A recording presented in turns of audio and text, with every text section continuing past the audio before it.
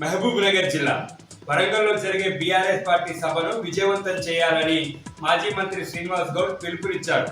జిల్లా కేంద్రంలోని New Town party కార్యాలయంలో బీఆర్ఎస్ పార్టీ ఆవిర్భావ రజతోత్సవ సభ చెలో వరంగల్ వాల్ రైటింగ్ ను ప్రారంభించి అనంతరం వాల్ పోస్టర్ ను మాజీ మంత్రి శ్రీనివాస్ గౌడ్, మాజీ ఎమ్మెల్యే అంజయ్ యాదవ్ ఆవిష్కరించారు. జోగులాంబ గద్వాల జిల్లా ఉండవెల్లి మండలం పుల్లూరు తెలంగాణ ఆంధ్రప్రదేశ్ సరిహద్దులో హైదరాబాద్ బెంగళూరు జాతీయ రహదారిపై రోడ్డు ప్రమాదం జరిగింది. ఏపీకి చెందిన కూలీలతో జోగులాంబ గద్వాల జిల్లా ఉండవెల్లి మండలం పుల్లూరు తెలంగాణ ఆంధ్రప్రదేశ్ సరిహద్దులో హైదరాబాద్ బెంగళూరు జాతీయ రహదారిపై రోడ్డు ప్రమాదం జరిగింది.